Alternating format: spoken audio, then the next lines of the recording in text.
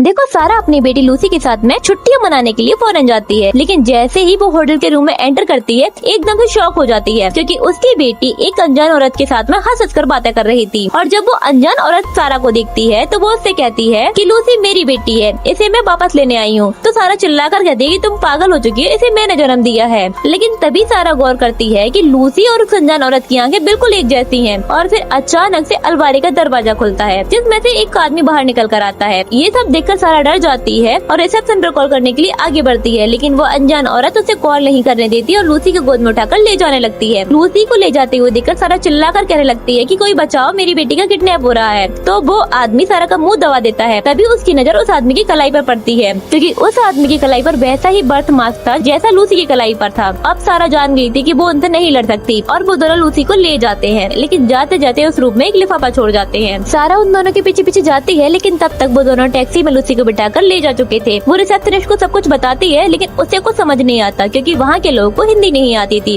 और जब तक उन लोगों को सारी बात समझ में आई तब तक वो लोग लूसी को लेकर गायब हो चुके थे। अब सारा निराश होकर कमरे में वापस आती है और लिफाफे को उठाकर देखती है। उस लिफाफे में एक डीएनए रिपोर्ट थी जिसे देखकर सारा चौंक जाती है क्योंकि उस डीएनए रिपोर्ट में साफ था कि लूसी कभी सारा की बेटी थी ही नहीं। असल में हॉस्पिटल में जन्म के समय बच्चों की गलती से अदला बदली हो गई थी और लूसी सारा को दे दी गई थी और वो दोनों ही लूसी के असली पेरेंट्स थे। वो काफी टाइम से लूसी के ऊपर नजर रखे हुए थे और जब सारा और लूसी फॉरेन आए तो उन्हें एक अच्छा मौका मिल गया लूसी को अपने साथ ले जाने का क्योंकि फॉरेन में कोई भी सारा के कांटेक्ट में नहीं था।